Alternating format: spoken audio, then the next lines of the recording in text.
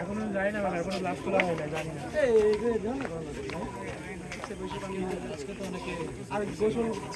গতকাল প্রায় আসরের সালাতের পরে আমরা অনলাইনের মাধ্যমে জানতে পারি যে হচ্ছে শাহ আজিজুর রহমান পুকুর পাড়ে একটা লাশ পাওয়া গিয়েছে আর কি, মানে লাশ ভেসে উঠছে।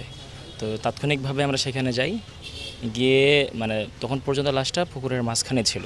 তো আমরা সাধারণত জানি যদি কোনো লাশ পানিতে পড়ে বা পানিতে ডুবে মারা যায় সেটা হচ্ছে উপর হয়ে থাকে, কিন্তু আমরা দেখেছি হচ্ছে মুখটা উপর পাশে ছিল, অর্থাৎ চিত হয়েছিল।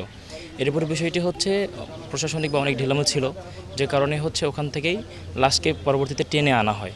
টেনে আনার পরে আমরা দেখতে পাই যে হচ্ছে একটা মানুষ যদি পানি খেয়ে মারা যায় বা ডুবে মারা যায় তাহলে তার কিছু সিমটম থাকে, যেমন পেট ফুলে যাওয়া, ডিজাইন, এলিগেন্স, বিউটি, সেরা পণ্য সবার জন্য জেভিকো, তো এরকম কিছু থাকে। কিন্তু আমরা তাকে ওই রকম মানে সিনড্রোম এমন কিছু পাইনি, একদম চিত হয়ে শুয়ে আছে, হাত একটু উপরে আছে, এইরকম অবস্থা আমরা পেয়েছি।